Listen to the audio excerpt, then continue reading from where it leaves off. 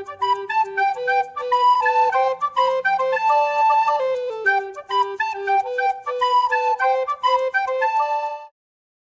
Share और subscribe करें हमारे इस चैनल को और बेल आइकन को दबाना ना भूलें ताकि हमारी वीडियो आप तक सबसे पहले पहुंचे। हेलो स्टूडेंट, आज का जो हमारा टॉपिक है पीएच, जिसको हम कहते हैं एसिड और बेस के अगर हम कॉन्सेप्ट से समझे तो पैरामीटर ऑफ हाइड्रोजन आयन की जो कॉन्सेंट्रेशन होती है उसे हम पीएच स्केल के थ्रू समझते हैं।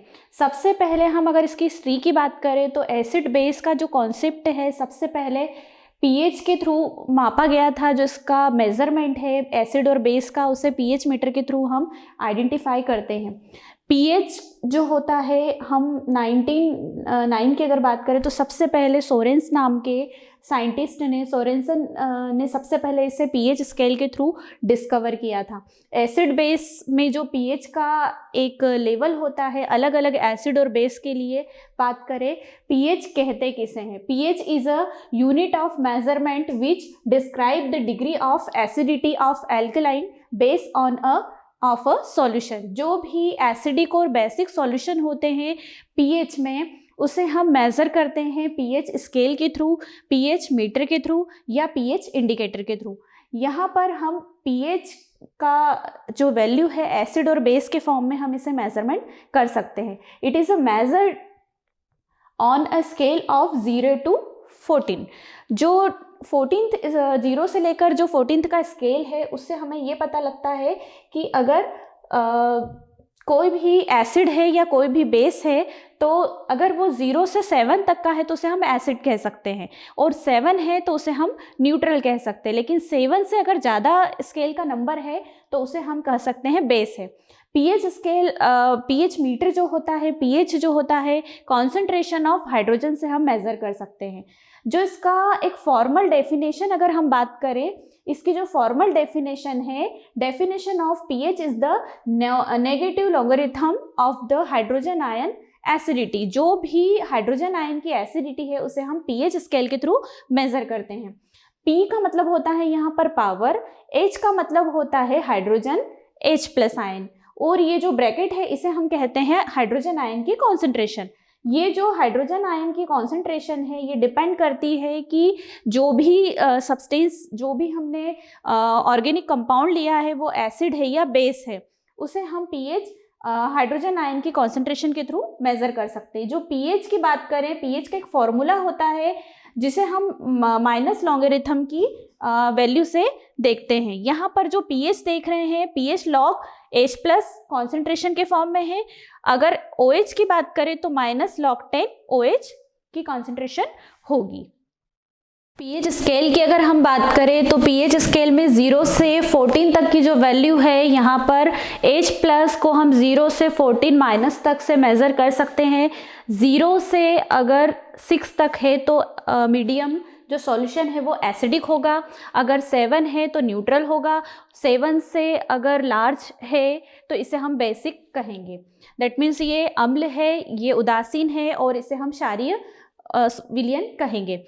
अगर हम पीएच इंडिकेटर की बात करें तो पीएच इंडिकेटर में पीएच की वैल्यू अगर 7 से कम है तो ये एसिडिक सॉल्यूशन होगा। That means indicate acidic solution.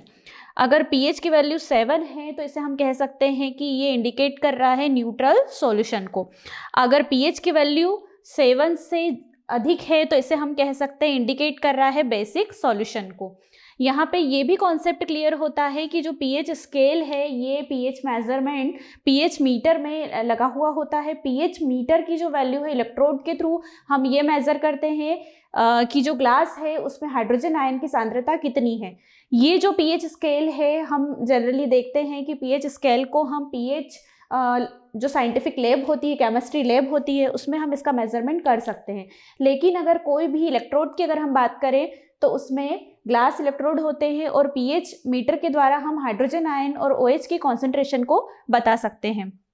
अगर हम बात करें किसी भी कॉन्सेंट्रेट सॉल्यूशन की, तो ये जो कॉन्सेंट्रेट सॉल्यूशन है यहाँ पर, ये concentrate strong acid has a low pH value. That means जो स्ट्रॉन्ग एसिड है उसका पीएच वैल्यू लो होगा।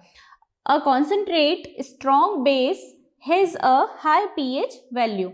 अगर कोई स्ट्रॉन्ग बेस है तो उसका pH वैल्यू हाई होगी। दैट मीन्स जो स्ट्रॉन्ग एसिड है उसकी वैल्यू लो pH पर आइडेंटिफाई करेंगे और जो स्ट्रॉन्ग बेस है उसकी वैल्यू हम हाई pH वैल्यू से आइडेंटिफाई करेंगे। अगर pH की बात करें हम तो pH डिफरेंट टाइप्स के होते हैं, जैसे वाटर जो प्योर वाटर है, पोन का जो वाटर है, जो रिवर का वाटर है, सबके अलग अलग pH होते हैं। अगर pH की बात करें तो अलग अलग हाइड्रोजन कॉन्सेंट्रेशन को हम मेजरमेंट कर सकते हैं। इसके बाद हम टेबल देखते हैं जिसमें हम pH का मेजरमेंट देखेंगे कि कौन सा एसिडिक सॉल्यूशन होता है, कौन सा बेसिक सॉल्यूशन होता है, कौन से न्यूट्रल सॉल्यूशन वाले सब्सटेंस होते हैं। pH वैल्यू की अगर हम बात करें, डिफरेंट टाइप्स की pH वैल्यू होती है। pH वैल्यू के थ्रू हम ये बताते हैं कि जो सॉल्यूशन है, जो सैंपल हमने लिया है वो एसिड है या बेस है। अगर गैस्ट्रिक जूस की बात करें तो इसकी pH वैल्यू 1.5 से लेकर 3.5 तक होती है। लेमन जूस की अगर बात करें तो इसका pH वैल्यू 2 होता है। जो थम्सअप होता है उसकी वैल्यू 2.68 तक होती है। दैट मीन्स जो यहाँ पर वैल्यू दिखाई गई है एपी फ्रीज मिल्क की वैल्यू 6.7 तक होती है। दैट मीन्स ये जो सब्सटेंस आपको दिखाई दे रहे हैं ये एसिडिक होंगे। दैट मीन्स ये अम्लीय प्रवृत्ति के होंगे। अगर हम सैंपल की बात करें, ड्रिंकिंग आरओ ड्रिंकिंग वाटर की बात करें, आरओ मतलब जो भी रिवर्स ऑस्मोसिस वाटर होता है उसकी अगर वैल्यू की बात करें तो ये वैल्यू 7.02 होती है। अगर हम ब्लड की बात करें तो ब्लड का जो pH होता है 7.35 से लेकर 7.45 तक हो सकता है। डिस्टिल वाटर की अगर हम बात करें तो इसका pH 7.42 हो सकता है। अगर नॉर्मल टेप वाटर की बात करें तो इसमें बहुत सारे मेटल आयल इंक्लूड होते हैं, इस कारण से इसे हम बेसिक या एल्कलाइन वाटर कह सकते हैं। दैट मीन्स ये क्षार होंगे। अगर हम सैंपल की बात करें तो इसे हम लेबोरेटरी में भी लिटमस पेपर के थ्रू हम इसे आइडेंटिफाई कर सकते हैं, जिसमें ब्लू से अगर रेड कलर मेजर होता है या ब्लू से पर्पल कलर मेजर होता है तो इसे हम कह सकते हैं कि जो सॉल्यूशन है वो एसिड है या बेस है। आज के टॉपिक में हमने देखा कि pH होता क्या है, इसे हम आइडेंटिफाई कैसे करेंगे। pH वैल्यू की जो एप्लीकेशंस है, एग्रीकल्चर में जो भी सॉइल का टेस्टिंग होता है, वाटर का टेस्टिंग होता है, जो भी केमिकल्स, जो भी यूरिया, जो भी सब्सटेंस होते हैं उन्हें हम pH वैल्यू के थ्रू ही फार्मिंग में हम अप्लाई करते हैं।